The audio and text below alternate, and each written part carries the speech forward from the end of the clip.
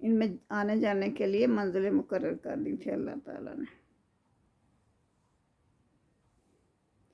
صرف فیہا ایامن آمنین. اللہ فرما رہے ہیں کہ ہم نے ان سے کہا کہ تم رات کو بھی سفر کرو، دن کو بھی امن سے. راتوں کو بھی سفر کرو گے تو تم امن سے رہو گے، دن کو بھی سفر کرو گے تو امن سے رہو گے، کیونکہ قریب قریب تو بستیاں تھیں، کوئی اتنا فاصلے بھی نہیں تھے کہ دور جانا پڑے، اور بالکل مین روڈ پہ تھی، شارع عام پہ تھی. تو وہ لوگ جو نا شکرے نکلے. فقالو، انہوں نے کیا کہا؟ ربنا باعد بین اسفارنا. انہوں نے کہا کہ ہمارے رب ہمارے سفر میں دوریاں پیدا کر دیں. کوئی شہر کہیں اتنی دور ہو، کوئی دوسری طرف بہت دور ہو، تو پھر ہمیں مزہ آئے گا. پھر انہوں نے یہ دعا کی کہ دوریاں پیدا کر دیں، دور دور ہمارے شہر کر دیں. تو پھر اللہ نے کیا کیا؟ اللہ فرما رہے ہیں کہ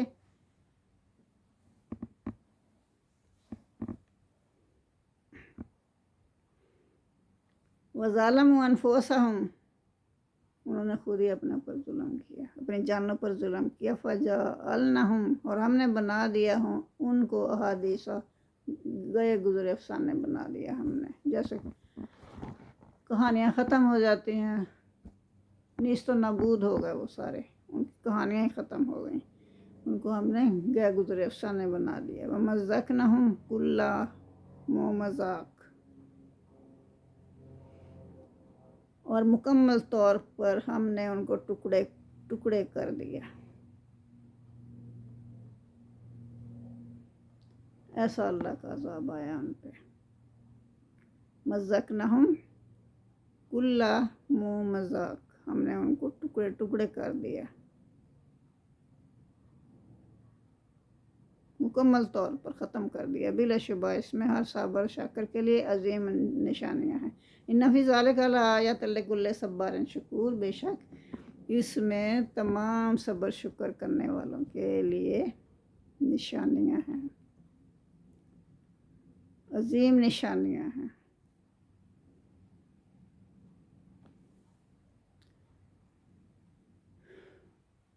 یعنی کہ انہوں نے شیطان کا کہنا مانا، انہیں اللہ کی طرف سے آسانیاں راس نہ آئیں.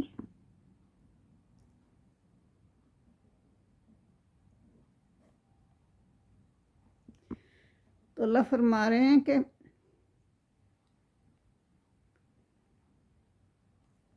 وَلَقَدْ صَدَّقَ عَلَيْهِمْ إِبْلِيسُ ظَنَّهُ. بے شک ان پر ابلیس کا خیال سچ کر دکھا انہوں نے، اور ابلیس نے ان کے متعلق اپنا خیال سچ کر دکھایا. جو ابلیس کہتا تھا مطلب انہوں نے تو وہی کیا. فَتَبَعُوهُ إِلَّا فَرِيقًا مِّنَ الْمُؤْمِنِينَ. چنانچہ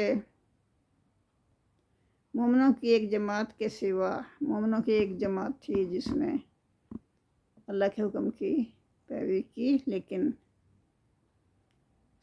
باقی سب نے نافرمانی ہی کی.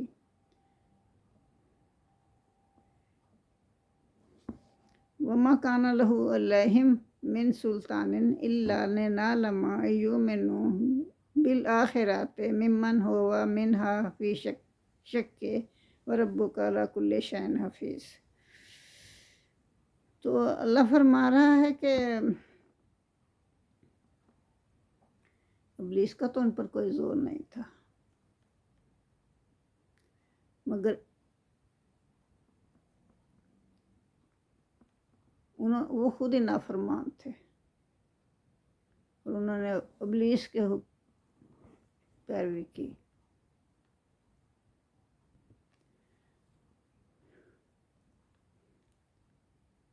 تو اللہ تعالیٰ فرما رہا ہے کہ ہم نے جان لیا جو آخرت پر ایمان رکھتا ہے، اس میں سے جو آخرت کے متعلق شک میں ہے اس کو بھی ہم نے جان لیا، جو ایمان رکھتا ہے آخرت پر اس کو بھی ہم نے جان لیا، اور آپ کا رب ہر چیز پر خوب نگہبان ہے۔ کل حضور صلی اللہ علیہ وسلم سے اللہ فرما رہے ہیں کہ آپ کہہ دیجئے ادعوا الذین زعمتم، کہ تم ان لوگوں کو پکارو جن کے متعلق تمہارا خیال تھا، من دون اللہ ہے، کہ وہ آسمانوں میں اور زمین میں ذرہ برابر اختیار نہیں رکھتے۔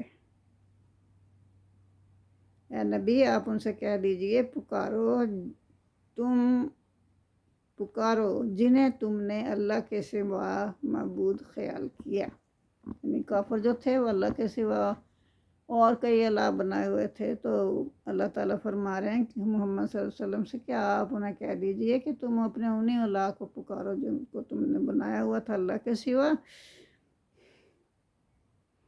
اگر وہ آخرت کی وجہ سے آخرت کے متعلق شک میں ہیں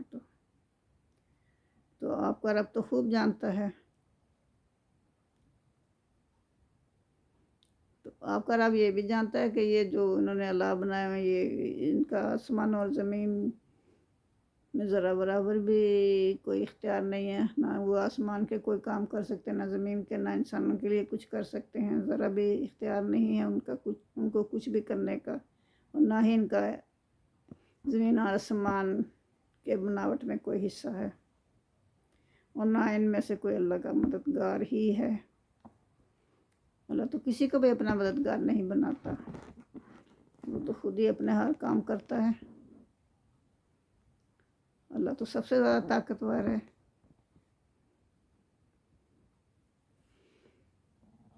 تو یہاں یہی حضور صلی اللہ علیہ وسلم سے فرمایا جا رہا ہے کہ اگر تو بلانا چاہتے ہیں ان کو بلا لیں جو ان کے اللہ تھے، جن کا کوئی بھی اختیار نہیں ہے کسی کام میں بھی، وَمَا لَهُمْ فِيهِمَا، اور نہ ہی ان کا کچھ ان کے لیے ہے من شرک، کوئی بھی انہوں نے کوئی کام کیا ہے زمین اور آسمان کے لیے، نہ ہی کوئی اللہ کا مددگار ہے،